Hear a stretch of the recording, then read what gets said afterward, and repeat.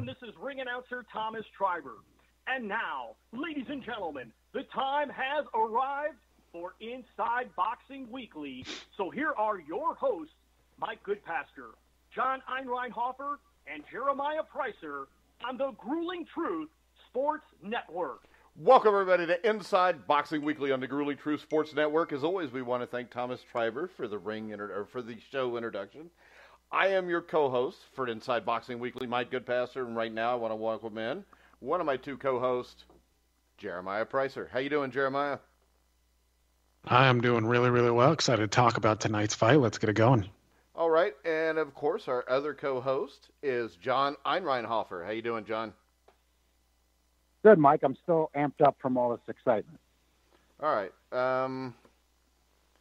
Let's just go this way. Are you amped up from excitement, Jeremiah? I don't know. I mean, it was better than expected, I suppose. I wouldn't say that it was a great fight, but I mean, it was better than expected. I mean, there was a lot to like about the fight. There was a lot not to like. I mean, by and large, I did think that it was, there was a lot of inactivity in the fight, and, there wasn't a lot of slugging going on or anything like that. But, the knockdowns mixed with the boxing, mixed with the, the last round knockdown. Yeah, I do think there was some excitement, and there is some reason. There's reason to generate buzz besides the decision. Yeah, I agree. It was an all right fight. John, what was your take? I thought it was a lot of excitement. I mean, I kind of saw the way the action played out the way Jeremiah did, but there's a lot of drama there with the two characters. I agree that there were spurts, especially in the early rounds, where there wasn't that much activity. But you're going to get that with heavyweights, and there was a lot of drama, and I thought Fury. You could see early on, I think that this was, a better Fury than we even saw against Klitschko. And, then Wilder, coming on with the knockdowns. And then after, Wilder knocked down Fury two times coming right back. That's the kind of drama you love to have in the heavies, because you know that these guys can end the fight with one punch. And even Fury was throwing his right cross with a lot more authority tonight than he normally does. So I thought there was a lot to like there. I think, in terms of the main event, everything worked out extremely well, except for the fact that, it's a $75 pay-per-view in the U.S. But in terms of, what you want, a big heavyweight fight in America with a lot of drama, I think we got that tonight, and I think that that's a good thing for boxing. Yeah, and I will tell everybody later on in the week we will have a show that will recap all the weekend's fights. We're just going to do Fury-Wilder tonight because it's 1 o'clock in the morning, and me and John are old. Jeremiah's still a young guy. He can handle it. My question is... Yeah, we're up. My question is this. Have you ever seen a worse decision in a heavyweight title fight, Jeremiah? I'm trying to think of, something that goes that far back. I don't know, but I did think it was a pretty bad decision. And I think if you scroll through social media, you get the impression from the majority of people as well. I mean, Frank Laziero from, the Sweet Science, I believe he had 9-3 for Fury. Eric Duran from Bite Down Boxing had a 10-2 Fury. Lee Scavis, Bob Day, a lot of these guys from Ring News 24 obviously had Fury winning pretty clearly. I had Fury winning pretty clearly. I mean, from my assessment is that, and this is what I said, on the last show, is that Fury would dictate with his jab, and I believe he did that. He made Wilder miss. Wilder was off the mark just about the entire time. I mean, the very few clean punches that he landed, you could tell because they were affecting Fury. But by and large, I thought Wilder or Fury was dictating the spacing. He was controlling the distance. He was making Wilder miss. He was playing to the crowd, which told me that he was comfortable. In fact, he even looked like he had better stamina than Wilder going, down the stretch, it was something virtually nobody said would happen. And, of course, part of that is because of Wilder's, erratic style. And, he was loading up on a punch, he was loading up with basically every shot that he was throwing tonight, besides the occasional jab. And I had Fury winning clearly. I mean, I had it 9-3 Fury. Again, besides the two, and in fact, I could see it 10-2. I mean, I know there was some early rounds which were a bit closer, But again, I still think, it was playing to, Fury's hands. Fury was dictating the fight. And, besides the knockdowns, and even in the rounds where Fury was knocked down, to me, it wasn't that bad in the sense that, Fury was, besides in the last round, which I know, Mike, you and I were talking about this. It kind of harkened back to the Larry Holmes, Ernie Shavers knockdown, where I saw Fury get knocked down, and I honestly thought the fight was over. Yeah, he just was flat on his back. Fury controlled the last minute of the fight, and Wilder looked like he was done. Exactly. I mean, Wilder was on the back foot boxing. To me, that just wasn't, that wasn't the sign of a guy who was all that confident in what he was doing. And, that's what I saw throughout the fight. I mean, when Fury wanted to box, he boxed. When he wanted to come forward, he came forward. And again, he had better stamina. The jab was a dictator. And I just think it's a poor decision. Just about everybody I've seen on social media scored it for Fury. All right. John? Well, my Twitter account, Real Johnny Law, I've got a few of these tweeted out. Lance Pugmire had Wilder winning. Douglas Fisher had it a draw. Dan Raphael, I believe he had Wilder winning. Oh, fuck. Well, Dan Raphael's just a fat piece of shit. Kevin Iole had a draw. So there's a lot of people who cover the sport regularly that didn't see it that way. So I didn't see it that way. The early rounds. Now you did have the Showtime. No argument that you had the Showtime commentators and Floyd Mayweather thinking that Fury was sweeping the early rounds.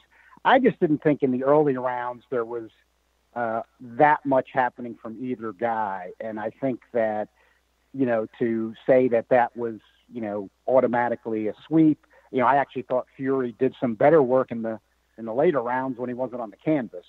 And so I think that, you had some, you have some of these rounds where, they're very close. And then, you give it to one guy and then you lock that into your mind and you say it's decisive. I just don't think you can. Well, do that the way I score a fight is this: if I think the round's close, I mark it down, because if the round's close, then I can see why a decision would swing. And basically, I had Wilder winning 3 rounds. I had 1 round that was close. Because I'm sorry, but when you look at this fight, Fury completely controlled it. Other than the 2 knockdowns, which are just 2 rounds, he controlled this fight. He did what he wanted to do. His jab was better.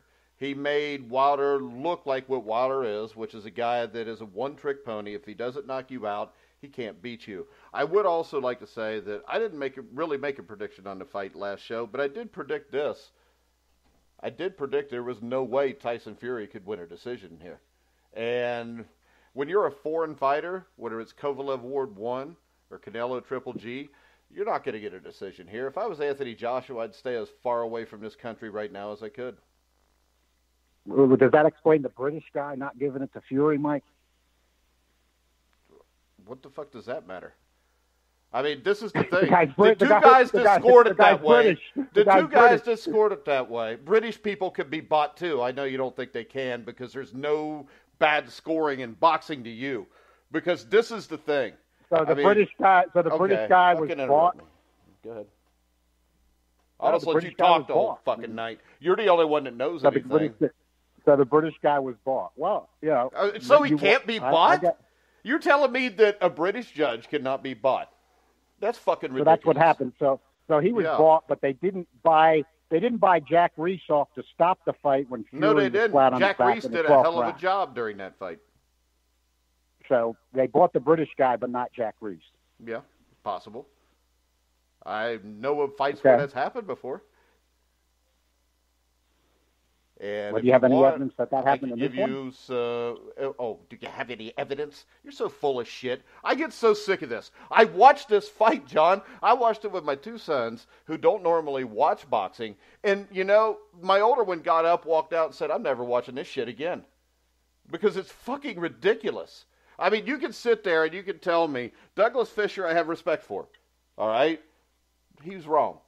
Dan Raphael and Kevin Iole go ahead.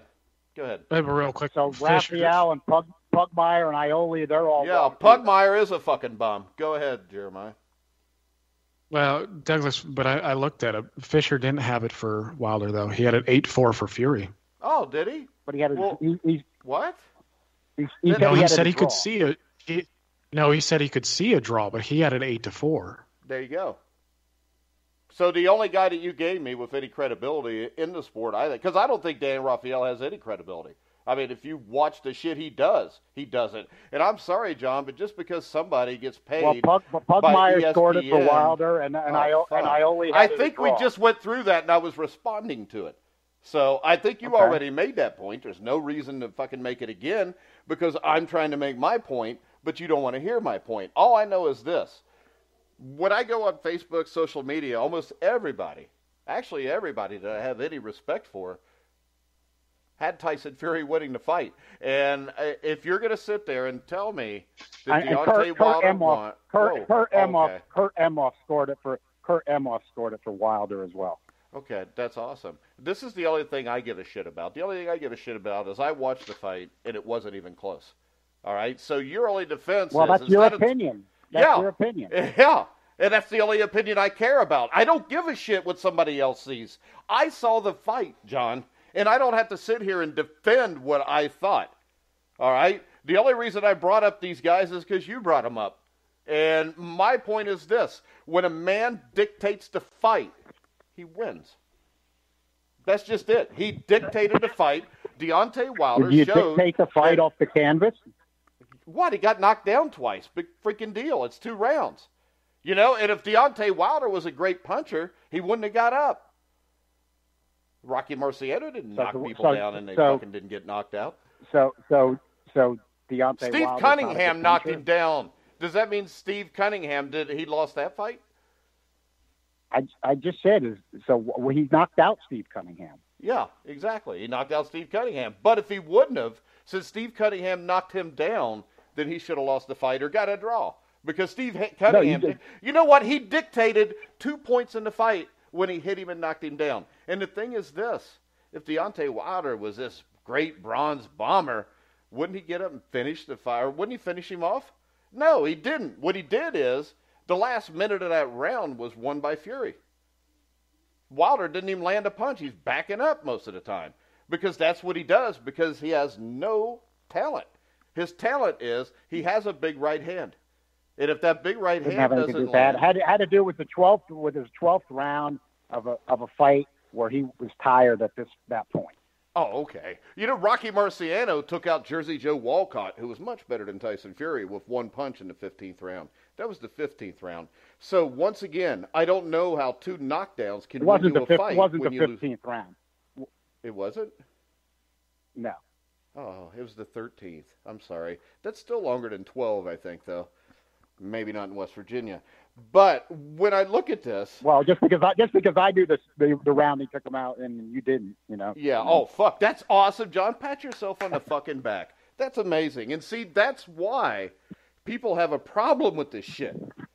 It's the condescending attitude. When 90% of the American public and the British public thinks a man won a fight, you have the gall to come on here and not explain how he won the rounds. You said, well, they were close rounds, so I thought he could have won that round. And you then make an assumption that I sit there and just judge a round and then it's decisive. I can, send you a picture of the scorecard I had. I had the second round close. I actually had Wilder winning the 5th round, and then I had him winning the 2 rounds that were there. So even if I give him everything, he's still losing that fight. Jeremiah? I almost forgot you were there. Yeah, it's all right. This happens occasionally. Well, I mean, my point is that, for me, when we're talking about what actually transpired in the ring, and, sure, there are notable people who, scored it in Wilder's favor, and it is worth noting. I mean, this is part of the discussion. But I also think that, again, when I look at just about everybody, I scroll down Facebook and, I don't see a single person scoring it for Wilder. And of course, the Brits seem to be a little bit heavier on that side. But again, I don't see it. The reason why is because Wilder landed just about nothing of note except for the rounds that he scored a knockdown in. I mean, his power punching was inaccurate. His jab was borderline. I mean, it was negated. You know, there were a few times here and there where he landed the jab cleanly, but again, his game was predicated on the power punch, and he landed very, very few power punches. I mean, it was over and over again that he would, while Fury seemed to be quite confident slipping everything. That's why he would put his hands down on his waist, put his hands behind his back, and, slip the vast majority of the shots. He was parrying most of the jabs. Again, that's why I think that, Fury clearly won. I mean, again, he was jabbing more. He was the more active fighter. And Wilder was not landing his power shots. I mean, again, I just didn't see anything of note, power-wise from Wilder just about the entire fight. Again, that's what I'm resting my case on, and I think most people saw the same thing.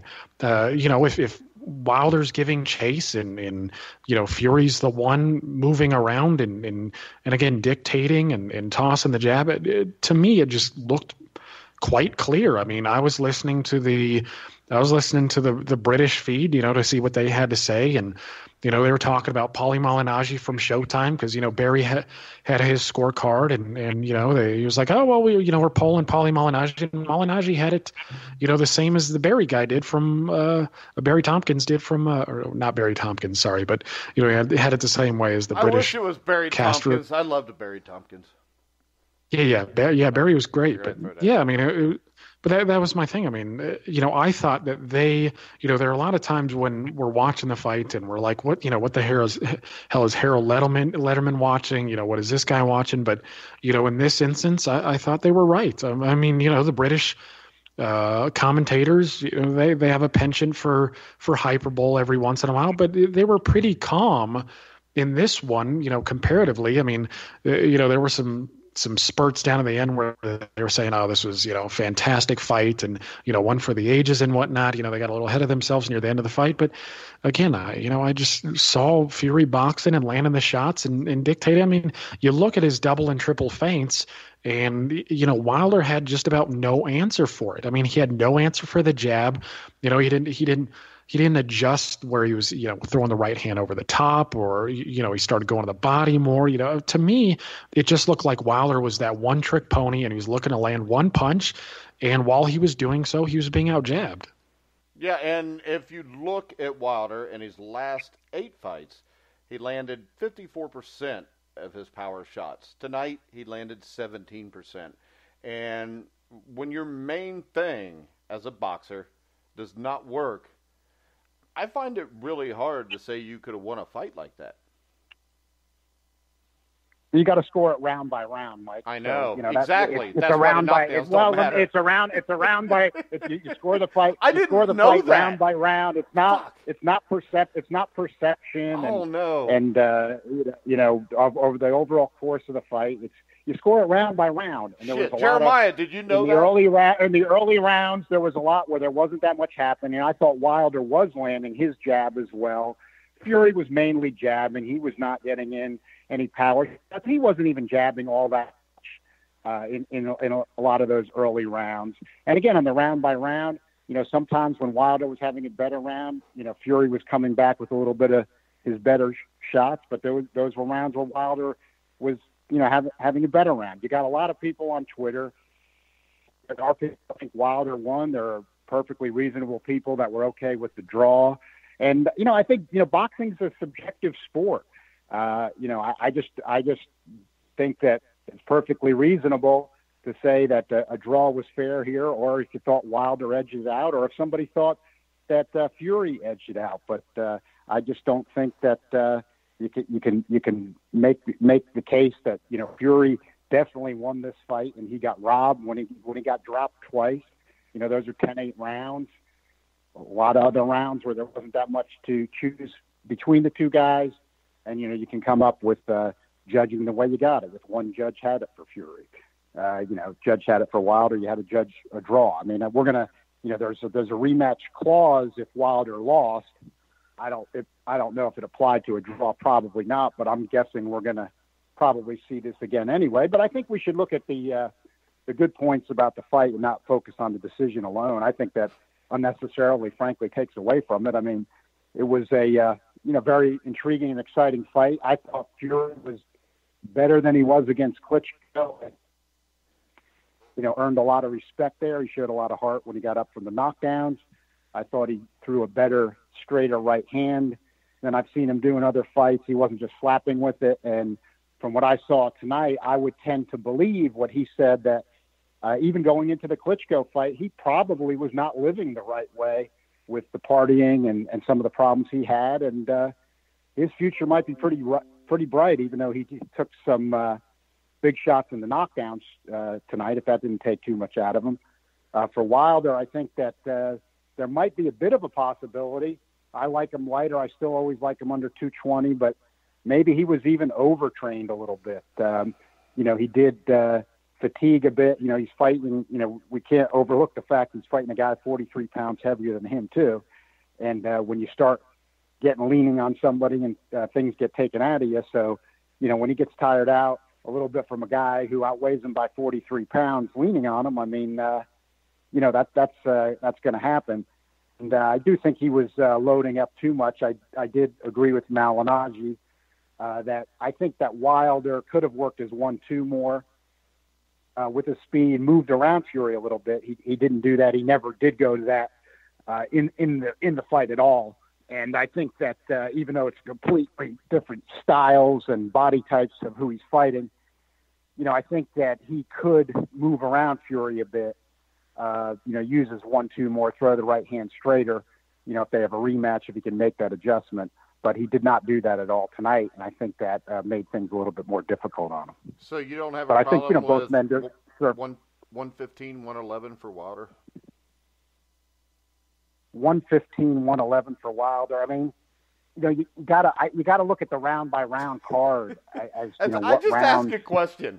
I mean, I don't know why you assume that we're fucking idiots and don't score to fight round by round. I mean, I do find that rather offensive because I wrote it down as I went. I'm just asking a simple question. I'm talking about that judges. I'm talking about that judges. I don't care. I'm just asking you a question. It's yes or no. Right. Can you see 115, 111? I'm not looking at what rounds that judge gave to Fury and what rounds that judge gave to Wilder. Yeah. So you think it's possible that Fury only won like 3 rounds? I'd have to look at the judges. Well, yeah. Well, somehow the judge. Well, what that card actually means is that the judge would have had it a draw without the knockdowns. Again, I just don't see that. Well, I think there was a lot of rounds that there wasn't that much to choose from in there in the early part of the fight that a lot of people were giving to Fury. But yeah, well, this is my thing though. I mean, I keep hearing that that there's some close rounds and whatnot, and and then it reminds me of kind of Golovkin and Alvarez a little bit because people are saying and I'm sure there are a lot of people who agree with you that there wasn't a ton to choose from, but I mean that's a heavyweight fight. There's never a lot of punches that are being thrown. I mean, you look at Joshua and Klitschko, and people are somehow giving that fight of the year, and then these guys are not even throwing as many punches as Riddick Bowe was in just about any of the Evander Holyfield fights just by himself. I mean, my thing is, and this is what I'm seeing lately, is people are. I mean, does the jab not count anymore? I mean, because again, I think most people would agree with me that Fury's jab was the staple of the fight. If there was one thing that was consistent throughout the fight, one thing that was landing, one thing that was pacing the fight, I think it was Fury's fight. Again, if you need something to choose from, and one guy is trying to land bombs and in many cases missing miserably, and then you have Fury who's again feinting, jabbing, moving. To me, for me, I don't see how you don't give it to the guy who's actually working and landing shots. Again, Wilder was not landing cleanly in just about any round. He couldn't have been, because if he was, then he would have put Fury down a lot sooner. He just wasn't. He was just off the mark with the vast majority of his shots, and he was out jabbed. Again, that's become my thing. It seems like jabs are not being counted anymore. And again, Fury's jab was the staple of the fight. I don't think, Jeremiah, I don't think he was landing that many jabs in the early rounds. He was landing some, but I don't think it was a case. I could see your argument but I just don't. But what was Wilder landing? Fury. Well, he was landing some jabs as well, and he was being more aggressive than Fury was in those early rounds. So it sometimes then it depends on what you like. You got a guy. There's not that much happening. One guy's being more of the aggressor. Sure, he's missing some you're shots, supposed to be but an the other guy's effective not doing aggressor, I much. thought. But you are. But that's the point. But then you've got to be an effective boxer. You got to be doing something on the other end. So you don't think he was too. frustrating Wilder in the first 3 or 4 No, rounds? I think No? Well, I think Wilder was missing some shots, but he wasn't. But Fury wasn't doing much. He wasn't doing very much of anything himself. So then when you get to a close round like that and one guy's moving forward, he's trying, maybe they're both landing some jabs, then there's not that much to choose from. And you might say, well, I'm going to give the round to the guy that's more aggressive. Okay. Jeremiah? Well, yeah, again, I think but John is making it sound as if, they're landing almost the same amount of jabs or something. I mean, I think I think Fury was clearly the better jabber. Of course, it wasn't Winky Wright, Tito Trinidad. I'm thinking of the horrible, Chuck Liddell, Tito Ortiz fight that happened last weekend. But, again, I think if you were talking about what's going on actually in the ring, yeah, Wilder did land some jabs, but again, sure, it wasn't Winky Wright versus Tito Trinidad where he was popping his head back, whenever he pleased, but again, I still think that most people would agree that Fury was the better jabber in just about every round. I mean, I don't have the punch stats on me, but, that's what I saw with my eyes. And again, I think that's what most people saw as well. And again, being aggressive is it doesn't mean much if it's, again, like you said, Mike, effective. And for a guy who is not jabbing that much like Wilder, and he's loading up with power shots, and landing very little of them, again, that's not effective aggression to me. You jab sometimes, and then you sometimes land a power shot. Again, I know there wasn't a lot, but to distinguish between the two in terms of total punches. But again, I think Wilder was clearly the better jabber there, and that should count for something. I actually think that is productive because I think that's where the debate sort of does come. What I think Jeremiah and what I'm saying lays that out pretty well. I think, and we're not talking necessarily about Earl, and a lot of people were giving Fury all those early rounds. I didn't think he was sweeping him like that, and I think it's along the lines of what Jeremiah is saying. But I think that's where you get into a reasonable debate to me. Is you got one guy's moving forward trying to make the fight. Yeah, he's missing some shots, but he's also landing some jabs. I think in those early rounds, I think Fury actually got better with landing his punches as the fight went on, but we're talking again about those first 5-6 rounds. He's maybe jabbing slightly more than Wilder, but he's not, landing it with any authority either. And Wilder's, moving forward, trying to make the fight, missing a lot of power shots, but landing here or there, being aggressive. I don't think that was a clean sweep for Fury. And again, when later on Wilder gets the 2 knockdowns, that's where then I think you start getting into a close fight. And I think that's a lot of times, that's not even the exciting part of the debate, but I think that's where the debate really is. And people don't kind of get into those nuances. All right. So do you think that Wilder won the first 4 rounds? I thought a lot of those rounds were just very, like you said, Mike. I'm starting to actually do that more than I used to about close rounds. I think that what I was seeing that the Showtime guys weren't seeing is, to me there wasn't a lot to choose from in those. I'd have to go back. And would you call it crazy if somebody thought either one of those guys won the first 4 rounds? But here's the problem with calling it crazy, okay, Mike, because this is what we got into with the. Here we go. Right. Once again, I'm just asking, so just say actually, no. No, but I have to qualify it with why. Is that, like I've said, in the Canelo and Golovkin fights, I think it's human nature that we all, even if it's subconscious, let's say, in boxing, when it is close like that, people start splitting the rounds. And to me, this is where people go crazy. And it could be in other fights than this one, or even the Canelo and Golovkin fights, because we've seen people doing other ones. I think people go crazy. But it seems like even nowadays, where you seem like you're getting even more close rounds, sometimes with less happening in fights, if a judge is not trying to do that, like let's say a judge is saying, I'm a professional judge, I'm not supposed to say, well, round 2 was close, I'm giving it to Fury, round 3 is close, I'm giving it to Wilder, and just lets one person, be it Wilder or Fury or in some other fight, Canelo, Golovkin, sweep those, then everybody goes crazy. And I think that's where that sometimes that's where some of these scorecards come from, where everybody goes crazy. Okay, because you had the one judge that had the first 4 rounds for Wilder, or the first 4 to first 5 for Wilder. Right, and 4 the to other first 2 5. judges had 4 to first 5 for Fury. And I just don't see how in a fight that scored legitimately, the 3 professionals, 2 could see it one way and 1 the complete other. I think that's how and again, that's boxing being a subjective sport. Now, one thing, you hate to tinker with boxing, it's got great tradition, and you always have judging controversies, but some things that have been suggested lately that maybe people would feel happier with is, of course, you'd have to pay more. Maybe you start going to 5 judges and you have, whatever 3 of the 5 have for each round, then that's who the round goes to, period. I mean, that's, you could start doing things like that. How about this? What if we just took out house fighters in the way that shit works? I think that would help too.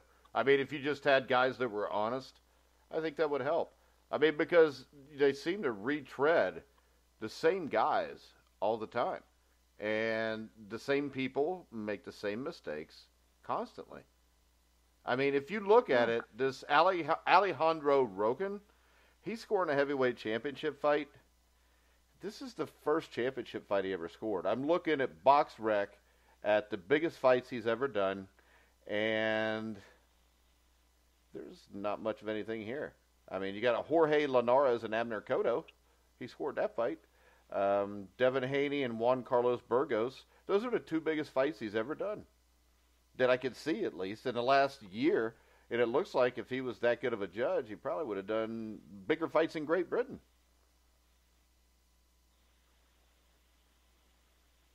I think boxing judging is, you try to you have criteria, of course. It's just a subjective thing. Remember in the amateurs when they tried the punch counting and the sport was terrible, and they had to get rid of it, rightfully so. Didn't work. And it's pro boxing where it's really even more subjective. So I think that's what you get. I think we ought to focus. I really do think we ought to focus on the fight itself more than the decision, because there was a lot of good there. There was a lot of good for boxing.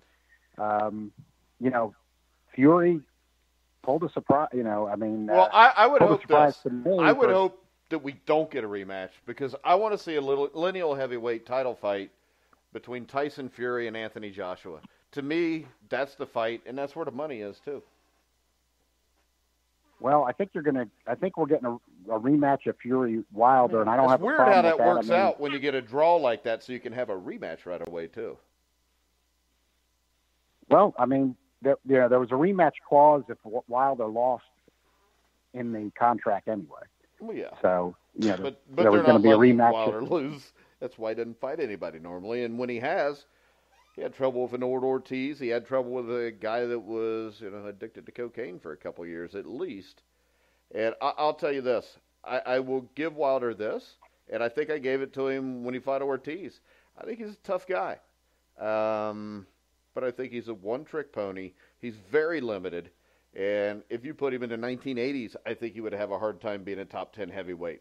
Tyson Fury, I think defensively, I think he's brilliant.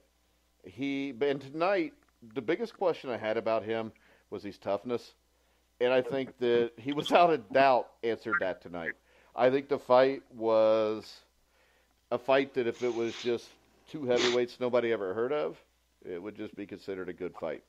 That's what I think we had here. That's what I think we have with Klitschko and Joshua. It was a good fight that had some dramatic moments. Yeah, I actually don't even think Klitschko versus Joshua was the best heavyweight fight that year. I think Dominic Breazeale and Uguna was better. But my thing about this fight is, to focus a bit more on the fight is when you had a guy, because if you look at the analysis for this bout going in, you look at our prediction article, most people thought that Wilder, would catch him late and finish him. They would think that, Fury would, for a big man, he would box well and snag some early rounds. Yeah. Yeah, exactly. And then he would wilt. And for him, after all of this time, mental health and, I think some of that gets overplayed and buries some of the stuff that he has done and said in the past. Again, I think all that's overblown. But for him to come back and get up, we've talked about, the Wilder Larry Holmes connection. And I know, Mike, you and I don't really buy it, but if there's anything that looked like Larry Holmes in that fight, it was the knockdown. I mean, when Tyson Fury. When Wilder put him down, I thought it was over. I was like, damn it, it's done. And I follow Twitter because it's, the water cooler of social media, and people are like, oh, well, good night. And he's just sitting there with, almost Jack Johnson style with his, like he's trying to block the Havana sun, from beating down in his eyes. And then he gets up. And honestly, I to be honest with you, I thought the count was I was like, it's a little tough. But, Reese, I think, made the right call and let him go on. And it was just nice to see a guy who had a lot of question marks surrounding, who and what he was going to be from now on. And he got up. And not only that, he got up with confidence and finished the fight strongly. I mean, he did it in the, when he got knocked down the first time too. I mean, I was surprised at how quickly he turned the tables, and, a lot of us just weren't expecting that. So, because those two things happened, it reflected better on, Fury himself. And I think he'll gather more fans because of it. And, I'm happy for the guy. I mean, I'm not happy about the decision, but I'm happy, that he proved more than a lot of people thought that he had. And, I mean, I don't know. Maybe we'll get a rematch. Maybe not. I don't know. But, good on them. Well, at least good on Fury.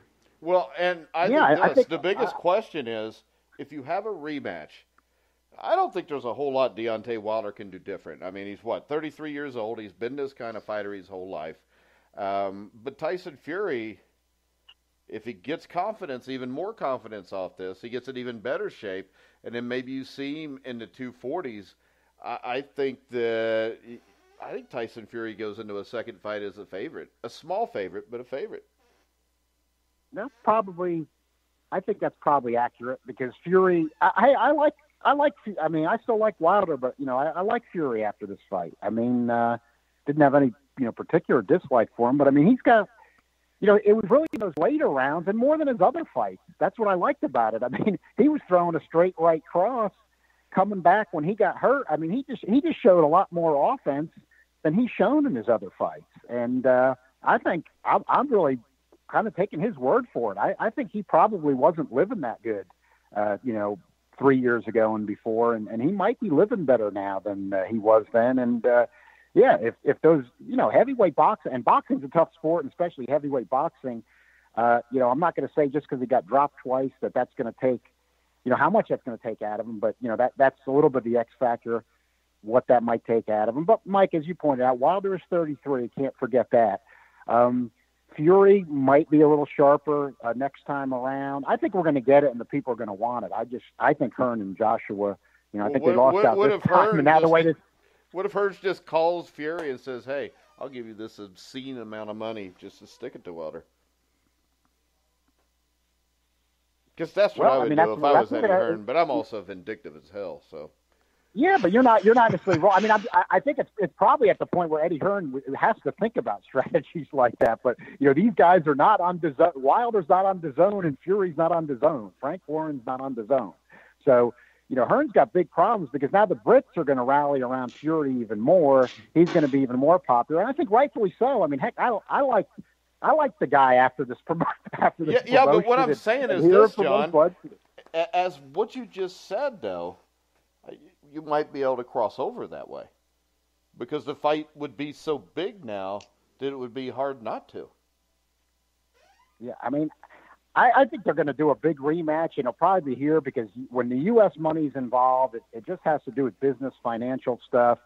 There's more money involved, and somehow the U.S. generates more money for fights because of various factors. So, but you've got Fury bringing in this whole UK thing. There'll be more Brits traveling over here next time. It could be really big. I see ESPN tweeting about it already. This could go mainstream. Yeah, but remember this. It'll Wilder, be big because of Fury.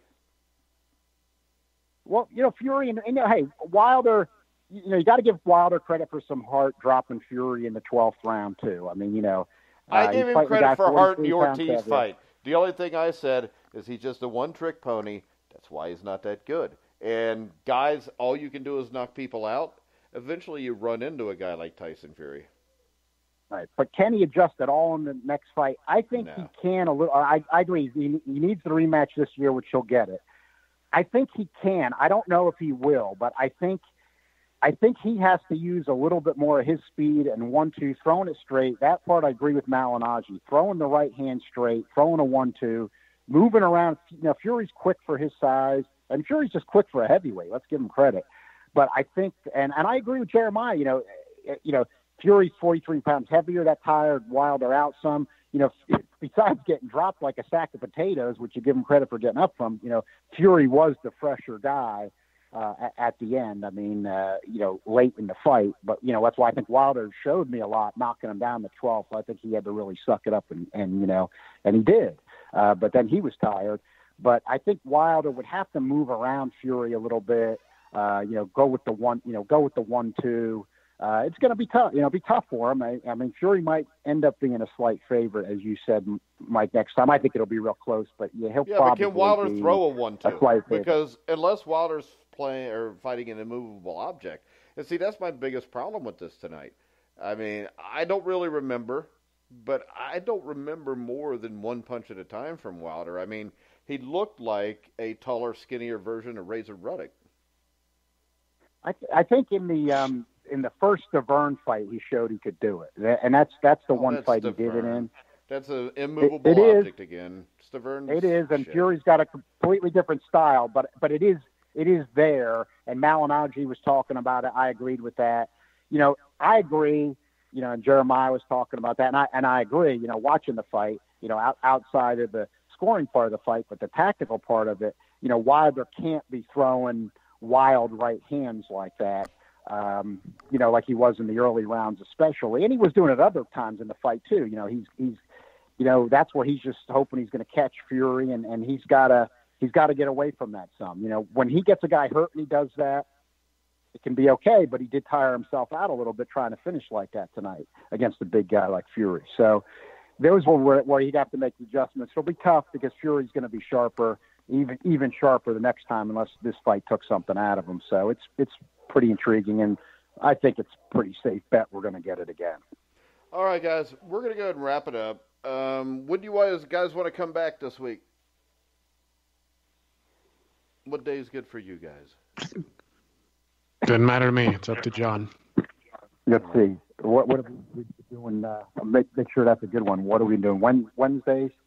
Wednesday is fine. Say Wednesday at 9. Wednesday at 9 is looking pretty good if we want to plan it out. All right. Is that cool? That works. Jeremiah? All right. So Wednesday at 9, we'll come back. We'll talk about, I think Lomachenko fights next week against Pedraza. We will talk about Jarrett Hurd. We'll talk about Gvozdzik taking out Stevenson, which was a really good fight. And I can tell you this, without giving too much away, I have a lot more respect for Stevenson now than what I did. I mean, at his age, the way he did tonight. I mean, he's pretty tough for a 41-year-old guy. I got to give him that too. Yeah. Well, so, I would add, more left than I thought. Go ahead, Jeremiah. Yeah, okay. I was going to just say real quick, there was a crappy judge in that fight too. So, that just maybe that was one thing that added. Yeah. There's always a crappy judge in a fight. never fails. Yeah, how convenient. Yeah. How and they're convenient. usually guys that are consistently crappy, too. But, all right, guys, we're going to wrap it up. We'll be back Wednesday night at 9 o'clock with another episode of Inside Boxing Weekly. Remember to follow us on Twitter at Grueling Truth. You can also send us questions there if you want to ask any questions for next week's show. So I guess we're going to wrap it up. Remember, you can hear all of our shows on Spotify, iHeartRadio, iTunes, Spreaker, Stitcher. Wherever you find sports podcasts, you'll find the Grueling Truth. So for Jeremiah Preisser, John Einreinhofer, I'm Mike Goodpaster. You've been listening to The Grueling Truth, where the legends speak.